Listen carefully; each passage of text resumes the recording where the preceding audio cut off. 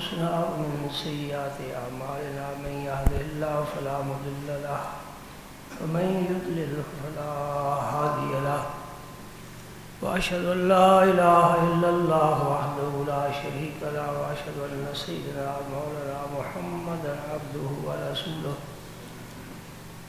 اللهم صل على سيدنا محمد وعلى آل سيدنا محمد وبارك وسلم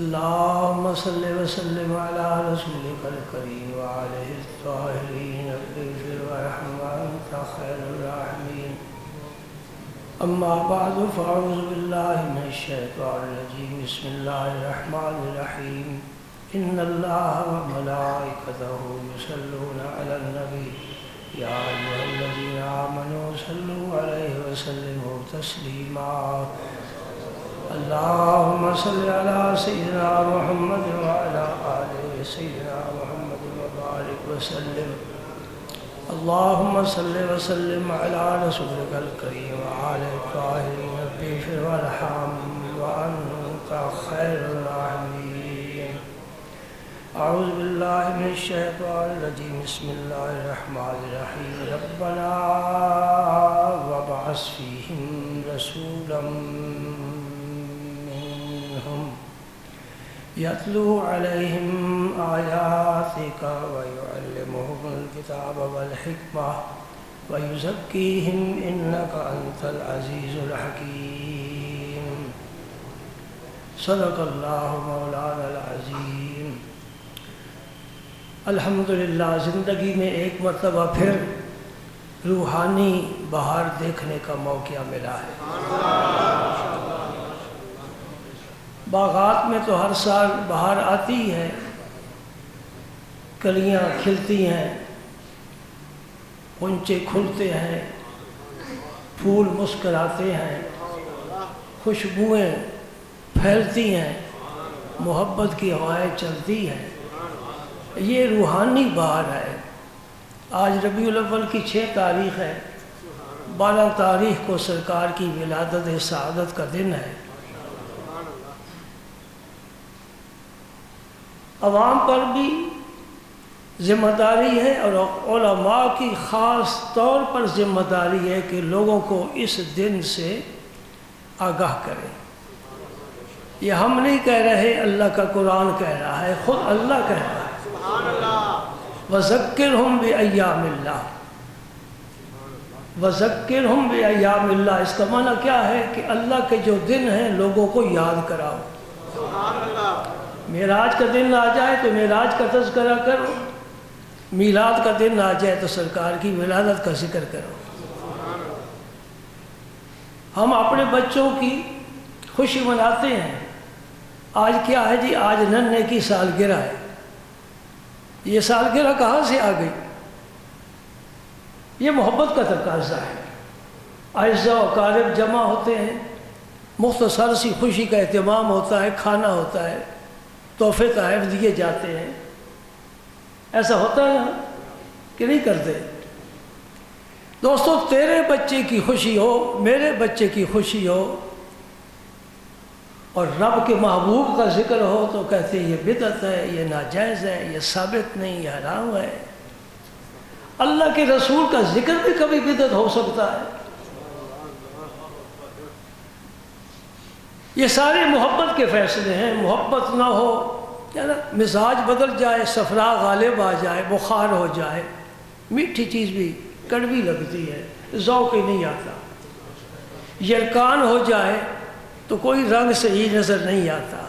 تو پھر آنکھوں کا علاج کرنا چاہیے، معدے کا علاج کرنا چاہیے، ہر چیز کا ذائقہ ٹھیک ہے۔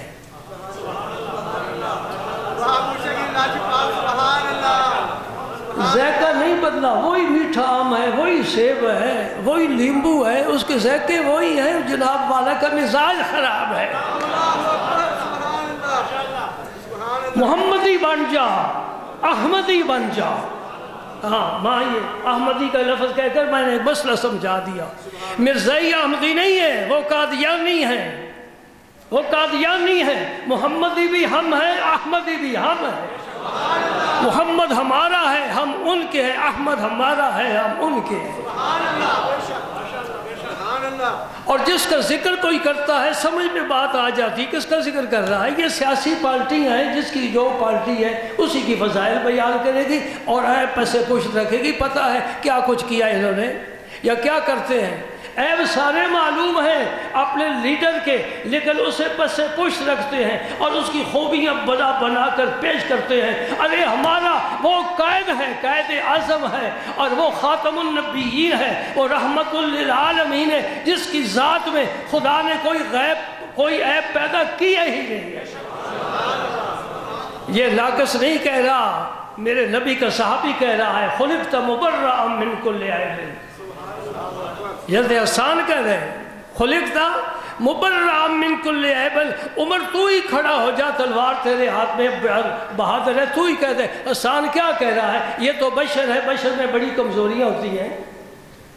حسان کے کہنے کے سامنے سب صحابہ نے سر جھکا دیا، اس لیے کہ یہ حقیقت وہ یاد کر رہا ہے۔ خلقت مبرأ من کل عیب کأنک قد خلقت کما تشاء۔ یا اللہ، اے میرے حبیب، ساری کائنات کو رب نے اپنی مرضی سے بنایا ہے اور تمہیں تمہاری مرضی سے بنایا ہے۔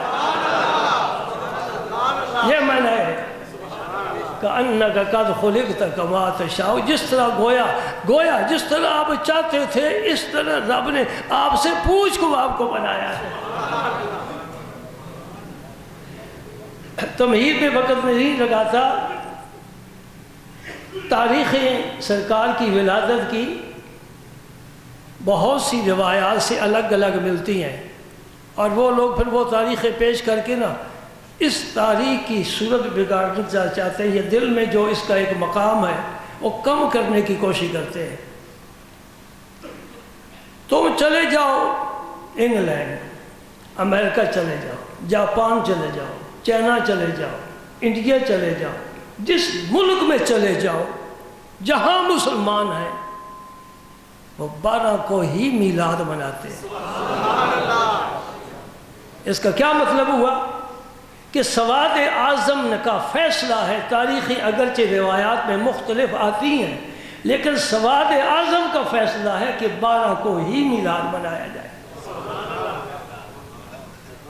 حتیٰ کہ سعودیہ میں بھی 12 کو ہی میلاد، لیبیا میں بھی 12 کو میلاد منایا جاتا ہے، مبارکت دی جاتی ہے۔ یہ میلاد کہاں سے شروع ہوا؟ ابھی کائنات کو کوئی خبر نہیں، کائنات کا وجود ہی نہیں تھا، صرف اللہ تھا، صرف اللہ تھا۔ میرے نبی نے فرمایا کنت نبیا وآدم بین الماء والطین۔ ابھی تو دوستو ابو البشر بھی پیدا نہیں ہوا، میں تو اس وقت تھا صرف نہیں بلکہ نبی تھا۔ منصب ہمیشہ بعد میں ملتے ہیں، میں صرف تھا نہیں نبی تھا۔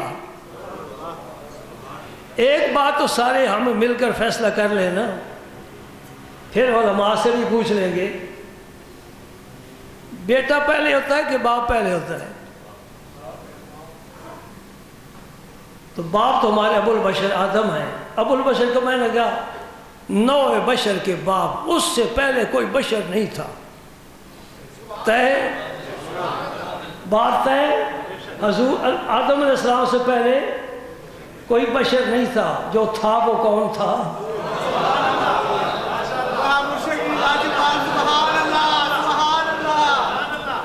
میں تمہارا فیصلہ سمجھ گیا۔ جو آدم سے پہلے تھا وہ کیا تھا؟ کیا کہیں اسے؟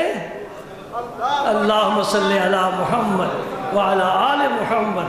تیرے حسن کی اتنی شعائیں ہیں کوئی شمار کر سکتا ہی نہیں ہے۔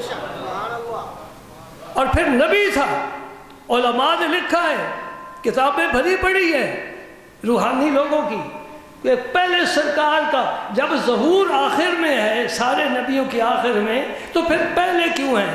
فرماتے کہ سارے نبیوں نے حضور سے فیض پانا تھا۔ یہ مسئلہ بھی سمجھ لو، سب نبیوں نے میرے رسول سے عالم ارواح میں فیض پایا ہے، اور ہر امت کے ہر ولی نے مولا کائنات سے فیض پایا ہے۔ اگر یہ بات ہضم نہ ہو نا تو پھر میں حوالہ دیتا ہوں تفسیر مظہری قاضی ثناء اللہ پانی پتی رحمۃ اللہ علیہ نے اپنی تفسیر میں لکھا ہے کہ جتنی امتوں کے ولی گزرے ہیں سب نے علی المرتضیٰ کی روحانیت سے فیض پایا ہے، تب مرتبہ ولایت پر فائز ہوئے ہیں۔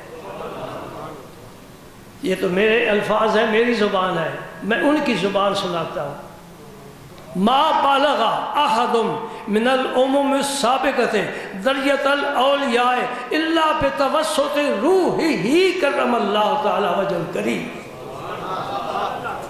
یہ تفسیر مظہری کے الفاظ ہیں۔ اتنا سونا قیمتی نہیں، اتنے ہیرے جواہرات قیمتی نہیں جتنا یہ حوالہ قیمتی ہے، اور میں نے تمہیں مفت ڈھونڈ کر دے دیا۔ سبحان اللہ۔ جو آیت کریمہ میں نے پیش کی ہے نا، مختصر اس کا ذکر، وقت بھی بڑا تھوڑا ہوتا ہے۔ یہ حضرت ابراہیم علیہ السلام کی دعا ہے۔ کب مانگی ہے؟ جب کعبہ بنایا ہے، زمین پر رب کا گھر بنا رہا ہے۔ اللہ فرماتا ہے ان اول بیت وضع للناس للذی ببکۃ مبارکا وہدی للعالمین فیہ آیات بینات مقام ابراہیم۔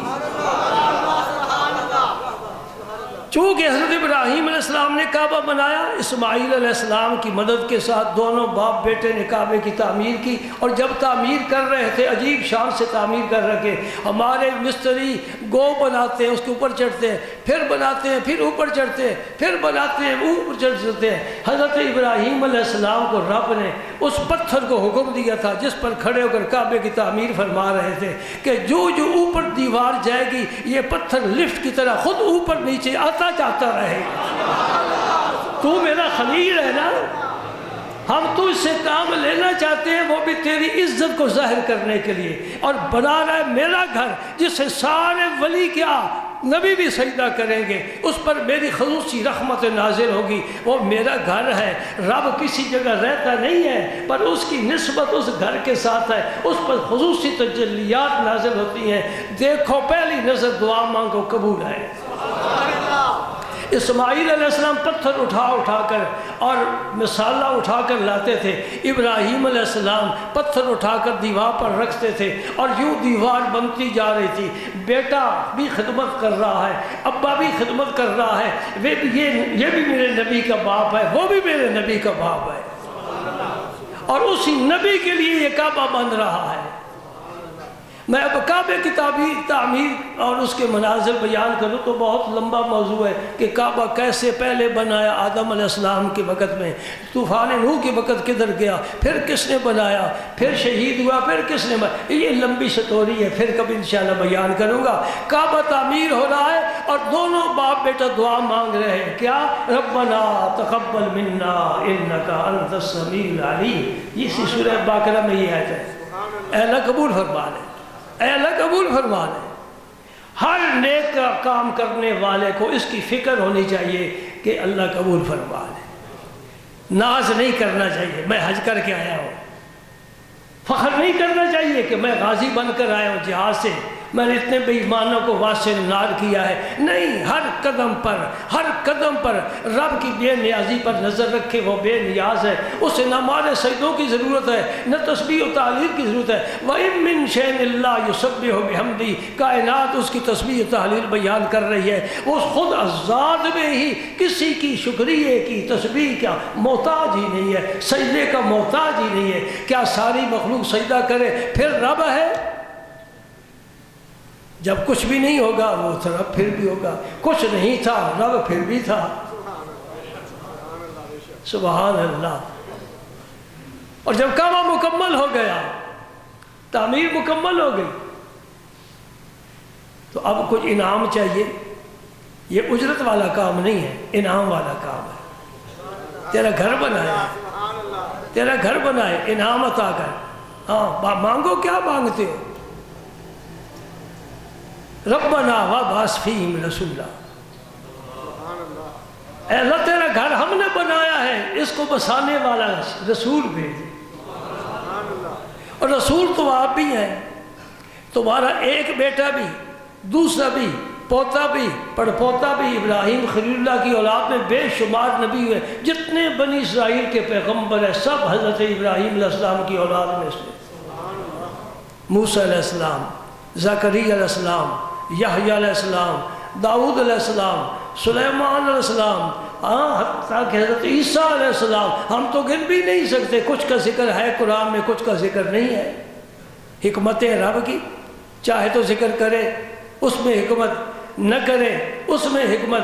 باقی ابراہیم علیہ السلام جد الانبیاء ہے، ان کی اولاد سے بے شمار نبی ہیں. کیا شان ہے اس خلیل اللہ کی جس کی اولاد نبی ہے. سبحان اللہ. کسی فیملی میں سے کوئی بریگیڈیئر بن جائے نا یا وزیر بن جائے، وہ پھولے سماتے ہی نہیں، زمین پر پاؤں نہیں رکھتے، جو جی چاہتے کرتے. کوئی بات نہیں جی ہمارا فلاں بریگیڈیئر ہے، فلاں وزیر ہے، وزیر اعظم کا تو خیر کہہ نہیں. کیا یہ کیا نبی کا؟ ہاں سبحان اللہ. ان کا رب کے ساتھ تو کوئی لین دین نہیں ہے نا. یہ تو زمین پاری سارے چکر چلاتے ہیں نا، آسمانوں تک ان کی پہنچ ہی نہیں. نبی کی رب کے ساتھ براہ راست ڈیلنگ، یہ لفظ تمہارا میں نے یاد کیا ہوا ہے. سبحان اللہ. سارے نبی، ایک یوسف ہی کہیں سماتا نہیں ہے. کیا کہنا یوسف کا؟ حسن و جمال میں ایک استعارہ ہے یوسف. ربنا وابعث فیہم رسولا. ہاں میں بھی نبی ہوں، میرا بیٹا بھی نبی ہے، دوسرا بھی نبی ہے، پوتا بھی ہے، پڑ پوتا بھی ہوگا، لیکن نہیں رسولن. یہ دو زبریں ہیں نا، دو زبریں، دو زیر، دو پیش، یہ جس پر آ جائے اسے تنوین کہتے ہیں. اس تنوین کا کہ معنی ہوتے ہیں مختلف. ایک تنوین آتی ہے شان کے لیے، ربنا وابعث فیہم رسولن. اس کا معنی یہ ہے کہ یا اللہ رسول تو تیرے بہت سے ہیں، لیکن سب سے اوپر والی شان والا رسول بھیج رہا ہوں. نیچے والوں میں بھی ہوں، اوپر والا بھیج رہا ہوں. منہم، جو ہماری اولاد یہاں آ کر آباد ہوگی نا، ان میں سے ہو، کسی اور میں سے نہ ہو. آخر خدمت ہم نے کی ہے، ہمارا حق بنتا ہے. تو بغیر حق کے بھی دینے والا ہے. ربنا وابعث فیہم رسولا منہم. اور رسول آ کر کیا کرے؟ اس کے فرائض منصبی کیا ہے؟ سب سے پہلا یتلو علیہم آیاتک. اے اللہ جو تو آیتیں، نورانی آیتیں، ہدایت کی والی آیتیں وہ نازل فرمائے تو ان کی تلاوت کرے. اس قرآن پاک کی یہ کیا ہے؟ دیکھنے والا کہے گا جی کتاب ہے. میں کہتا ہوں نہیں، یہ کتاب نہیں، یہ الکتاب ہے. کتاب اور الکتاب میں فرق ہے. اللہ نے نبی کو کیا دی؟ کتاب نہیں دی ہے. ذالک الکتاب، الکتاب عطا فرمائی ہے. اور یہ کتاب ہدایت ہے. اس کتاب میں نور ہے، اس کتاب میں محبت ہے، اور اس کتاب میں سرور ہے. سبحان اللہ. آپ دیکھیں کہ جو بھی قرآن پڑھ رہا ہے سائے دیکھ کر یا زبانی ضرور جھومتا ہوگا. اور میں نے حافظوں کو دیکھا ویسے بھی بیٹھے ہو تو جھومتے رہتے ہیں. کیوں؟ اور انگلش پڑھنے والا تو جھومتا نہیں ہے. یہ سرور ہے. باد صبا کے چونکے ہلکے ہلکے جب آتے ہیں نا، باد صبا چلتی ہے تو درخت ہی نرم نرم ٹہنی ہے، جھومتی ہیں. نور بھی ہے اس کتاب میں اور سرور بھی ہے اس کتاب میں. جو اس سے وابستہ ہیں وہ شہادت دیں کہ واقعی اس میں سرور ہے. یتلو علیہم آیاتک، تیری آیتیں پڑھے، قرآن پڑھے. میرے نبی نے پھر اس کی تعمیل فرمائی. جب تشریف لائے قرآن پڑھا. کس طرح پڑھا؟ کس طرح پڑھا قرآن؟ زبور داؤد علیہ السلام پڑھا کرتے تھے، اور اس سے متاثر ہو کر ان کے ساتھ ساتھ پہاڑ بھی پڑھا کرتے تھے. پرندے اتر کر ہوا سے سنا کرتے تھے. بہتے پانی رک جاتے تھے۔ یہ لحن داؤدی کا کمال ہے، لیکن میں نے نہیں پڑھا، مجھے کوئی عالم نہیں بتائے گا کہ داؤد علیہ السلام اتنی خوش الحانی سے زبور پڑھتے تھے اور جنات آ کر مسلمان ہو گئے۔ میرا وہ نبی ہے جو قرآن پڑھ رہا تھا اور جنات سن سن کر مسلمان ہو رہے۔ سبحان اللہ۔ کسی نبی پر جنات ایمان نہیں لائے۔ سلیمان علیہ السلام کے تابع ضرور تھے، لیکن بحیثیت امتی کے نہیں، بلکہ ان کی سلطنت کی وجہ سے ان کے تابع تھے۔ ان سے سلیمان علیہ السلام نے مسجد اقصی کی تعمیر کا کام لیا تھا۔ 1.25 لاکھ نبیوں میں سے ایک میرا شان والا نبی ہے جس پر جنات قربان ہوتا ہے، قربان ہو جاتے تھے جنات۔ اور تمہیں مزے کی بات سناؤں، حدیث موجود ہے، حضرت ابو ہریرہ صدقے فطر کی حفاظت پر حضور نے مقرر فرمائے، اور جنات نہیں آئے، جنوں کا باپ آیا، شیطان آیا۔ حضرت ابو ہریرہ نے اس کو پکڑ لیا،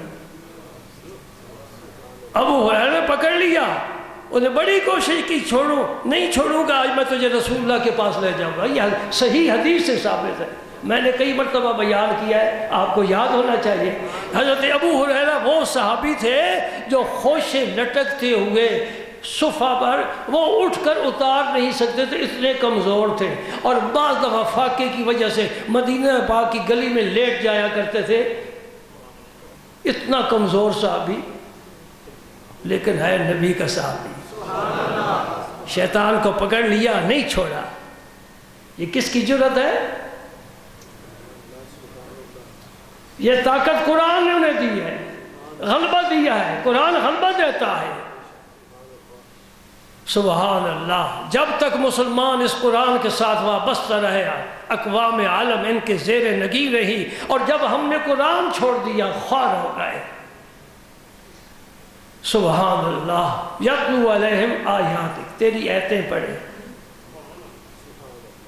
پھر صحابہ کرام نے بھی سرکار سے یہ تحفہ لیا، جو جو آیت آتی تھی صحابہ کے سینے میں محفوظ جاتا تھی، زبانوں پر آتی تھی، پڑھتے تھے، گھر میں بھی، باہر بھی، میدان جہاد میں، جنگلوں میں، صحراؤں میں، پہاڑوں میں، غاروں میں، جہاں جاتے تھے قرآن پڑھا کرتے تھے۔ یتلو علیہم آیاتک ویعلمہم الکتاب والحکمہ، انہیں قرآن و حدیث کی تعلیم بھی دے۔ تلاوت کے بعد علم، صرف تلاوت اس کا بھی فائدہ ہے، ثواب ملے گا، روح کو فائدہ پہنچے گا، لیکن اگر ساتھ علم بھی ہو، یعنی تلاوت کرے اور سمجھ کر تلاوت کرے۔ یتلو علیہم آیاتک ویعلمہم الکتاب والحکمہ ویزکیہم، وہ ایسا نبی ہو جو پھر ان کے دل کا میل کچیل بھی اتارے، انہیں پاک صاف ستھرا کرے۔ یہ کافر سارے کے سارے نجس ہیں، انما المشرکون نجس، یہ ناپاک ہیں، یہ آب زمزم سے بھی غسل کرے تب بھی ناپاک ہیں، یہ کعبے کا غلاف لے کر لباس پہن لے تب بھی ناپاک ہے، یہ حرم کے اندر بھی ناپاک ہے، حرم کے باہر بھی ناپاک ہے، ان کے اندر کفر اور شرک کی نجاست ہے۔ اے میرا کام اب یہ ہے کہ ان کو تو نے پاک کرنا ہے، میں تجھے پاک کرنے والا بنا کر بھیج رہا ہوں۔ وَيُزَكِّيهِمْ، بھائی وقت نہیں ہے، مختصر ہی ہے۔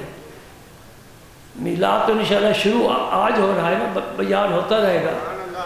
یہ بتانا چاہتا ہوں کہ میرے نبی نے کیسے پاک کیا۔ ہر چیز کو پاک کرنے کے طریقے ہوتے ہیں۔ کپڑا کیسے پاک ہوتا ہے؟ اگر تلوار ناپاک ہو جائے، چھری چاقو ناپاک ہو جائے، اس کو زمین ناپاک ہو جائے، کیسے پاک کیا جائے گا؟ ہر چیز پانی سے پاک نہیں ہوتی۔ زمین ناپاک ہو جائے تو سورج کی شعاعوں سے پاک کرتی ہے۔ مثلا گھوڑے نے کہیں پیشاب کر دیا ہے، وہ جگہ ناپاک ہو گئی، اس کو دھونے کی ضرورت نہیں ہے، سورج کی شعاعیں پڑتی رہیں گی، وہ پاک ہو جائے۔ چھری چاقو تلوار اسے ریت پر رگڑ لیں، وہ بھی صاف ہے، دھونے کی بھی ضرورت نہیں، کپڑا دھو لو، جسم ناپاک ہے اس کو بھی غسل دے لو، پاک ہو گیا۔ نبی کیسے پاک کرتا تھا، اور پھر انسانوں کو، پھر مشرکوں کو۔ وہ مادی نجاست تو نہیں ہے نا، وہ روحانی نجاست ہے۔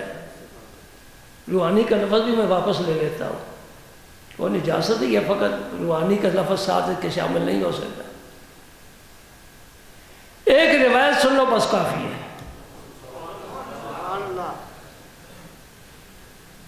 پہلے تو بے ایمان تھا، مشرک تھا، اب ان کا نام آئے گا فضالہ تو ہم کہیں گے رضی اللہ تعالیٰ عنہ، اب صحابی جو بن گئے۔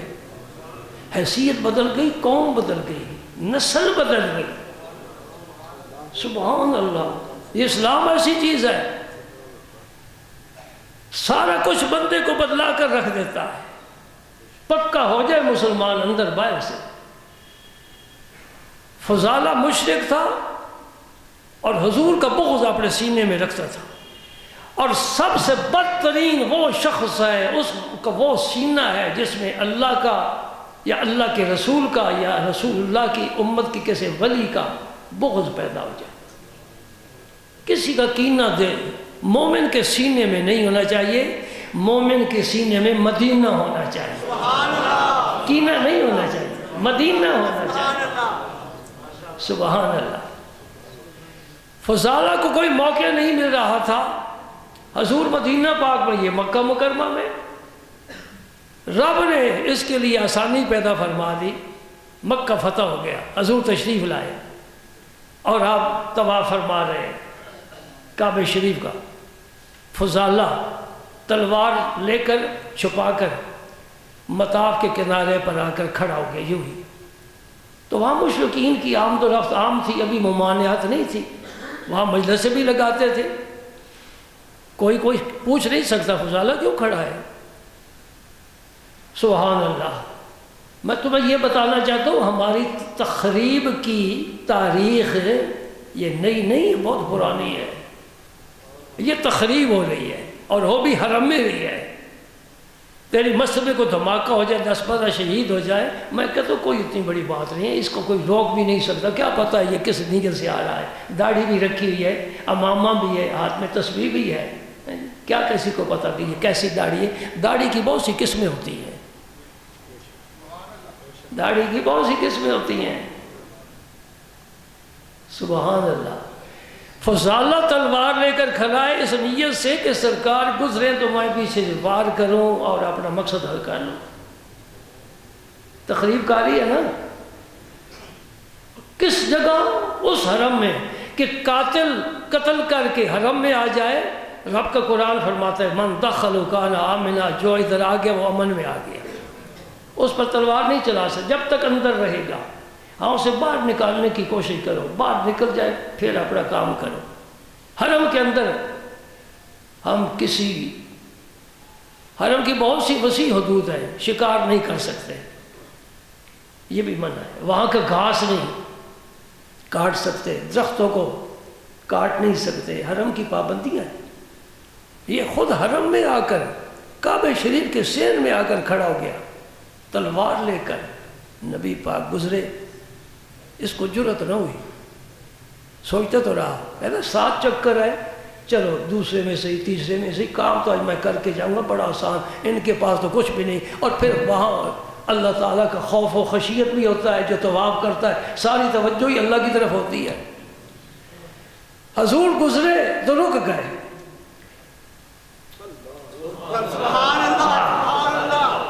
او فضالہ تو شکار کرنے نہیں آیا، شکار ہونے کے لیے آیا ہے، تو سر کاٹنے کے لیے نہیں آیا، سر جھکانے کے لیے آیا ہے۔ آج میرے نبی کا فیصلہ تیرے متعلق کیا ہے؟ رب نے کیا تقدیر میں تیرے متعلق لکھ دیا ہے، تو کیا سوچتا ہے؟ فضالہ کہتا ہے، خود بیان کر رہا ہے رضی اللہ تعالیٰ عنہ، میں آپ کہتا ہوں میرے سر کا تاج ہے، میری آنکھوں کا نور ہے حضرت فضالہ، حضور کے صحابی ہیں، کہاں تھے کہاں پہنچ رہے؟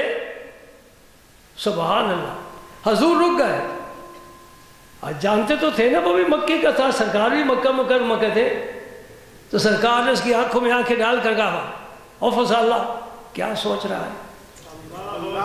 پڑھو درود اللہم صلی علی سیدنا محمد وعلی آل محمد۔ میرا نبی بڑی شان والا ہے، خدا کی قسم میں رب کی عزت و عظمت کی قسم کھا کر کہتا ہوں میرا نبی بڑی شان والا ہے، بڑی شان والا ہے، کہو بڑی شان والا ہے، بڑی شان والا ہے، بڑی عزت والا ہے، بڑے مرتبے والا ہے۔ کیا کہہ رہا؟ جو اس کے زیر سایہ آ جائے وہ بھی بخشا جاتا ہے، جو اس کی نگاہوں میں آ جائے وہ بھی بخشا جاتا ہے۔ کیا شان ہے اس نبی کی! فضالہ کیا سوچ رہا ہے؟ انہیں کہا جی کچھ نہیں، میں سوچ رہا ویسے ہی میں کھڑا ہوں۔ فرمایا سچ سچ بچا۔ ادھر حضور مسکرائے، بڑا سادہ ہے، تو سادہ ہے۔ اسے دیکھ کر ہو میں فضالہ کیا سوچ رہا ہے؟ کہتا ہے کچھ نہیں۔ پھر حضور مسکرائے۔ فضالہ کہتے سرکار نے اپنا دست اقدس میرے سینے پر یوں رکھا، مارا نہیں ہے، دھکا نہیں دیا۔ میرا نبی دھکا دیتا دو سر میں جاتا۔ رسول کریم رؤوف الرحیم صلی اللہ علیہ وسلم رحمت کا سمندر ہے، آپ نے اپنے دشمن کے سینے مبارک پر ہاتھ رکھا۔ قربان جاؤں میں نبی کے اخلاق پر۔ ہم کہاں وہ کہاں، ہم فقط احساس ہے، ہم فقط خیال ہے، ہم فقط ڈھانچہ ہے، فقط حیولہ ہے۔ میرا نبی حقیقتوں کا مجموعہ ہے۔ سبحان اللہ۔ جو جان کا دشمن ہے، خون کا پیاسا ہے، تلوار لے کر کھڑا ہے، قتل اور شہید کرنے کے لیے کھڑا ہے، بے ایمان ہے، مشرک ہے، نجس ہے، بتوں کا پجاری ہے، بے ایمانوں کی اولاد ہے، نجاست ہی نجاست ہے۔ اے قربان جو آمنہ کے در یتیم، تو نے اپنے دشمن کے سینے پر پیار سے ہاتھ رکھا۔ ہاتھ رکھنے سے کیا ہوا؟ کیا ہو گیا بھائی؟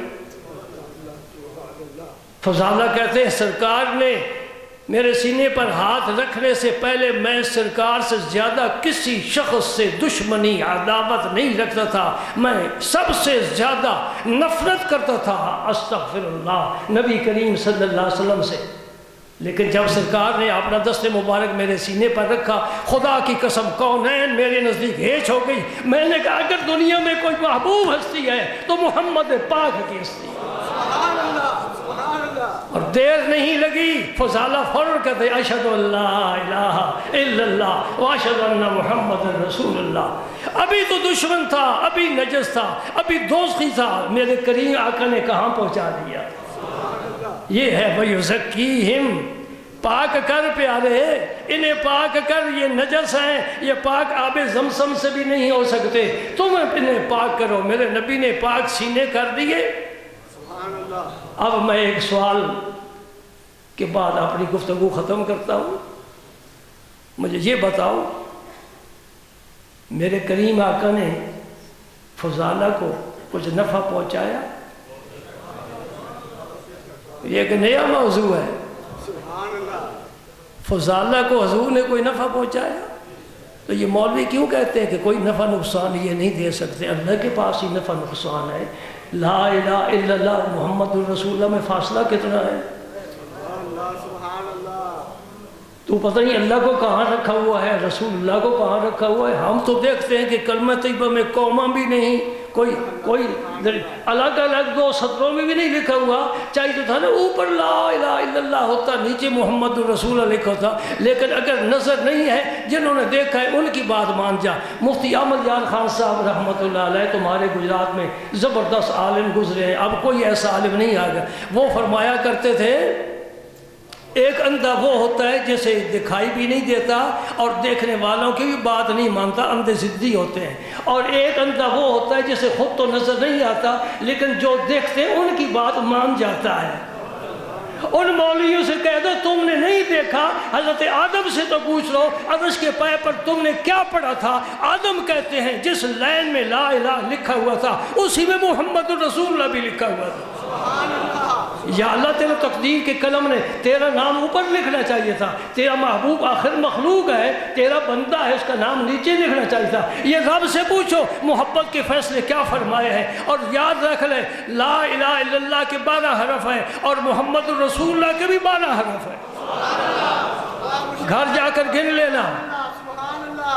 یعنی جن کلمات سے اللہ کی توحید ثابت ہوتی ہے، جتنے لفظ اللہ نے وہ منتخب کیے ہیں، جن الفاظ سے رسول اللہ کی رسالت ثابت ہوتی ہے، ان کے لیے 12 حرف ہی منتخب کیے ہیں، 11 نہیں رکھے، ورنہ بریلوی 11 ثابت کر لیتے ہیں۔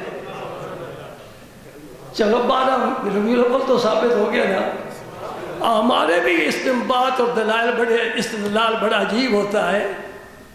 اللہ اکبر۔ دوسری بات بھی سمجھاؤں، لا الہ الا اللہ کا کوئی ایسا حرف نہیں جس پر نقطہ ہو، سب بے نقط ہے۔ محمد الرسول اللہ میں کوئی ایسا حرف نہیں جس پر نقطہ ہو، سب بے نقط ہے۔ اس سے اشارہ کیا ملتا ہے؟ میرا اللہ وحدانیت میں، اپنی الوہیت میں وحدہ لا شریک اور بے عیب ہے، اور محمد الرسول اللہ اپنی رسالت میں، اپنی نبوت میں، اپنی رحمت میں بے مثال بے عیب ہے۔ وہ بھی لا شریک ہے، یہ بھی لا شریک ہے، وہ الوہیت میں لا شریک ہے، یہ رسالت میں لا شریک ہے۔ اس جیسا کوئی اللہ نہیں ہے اور محمد جیسا کوئی نبی نہیں ہے۔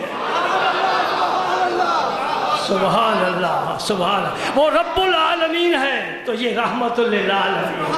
سبحان اللہ۔ وہ رب العالمین ہے، یہ رحمت للعالمین ہے۔ اس کا کیا معنی ہے رب العالمین کا؟ کائنات کا ذرہ ذرہ، فرد فرد، پتہ پتہ، قطرہ قطرہ رب کی ربوبیت کا ہر وقت محتاج ہے۔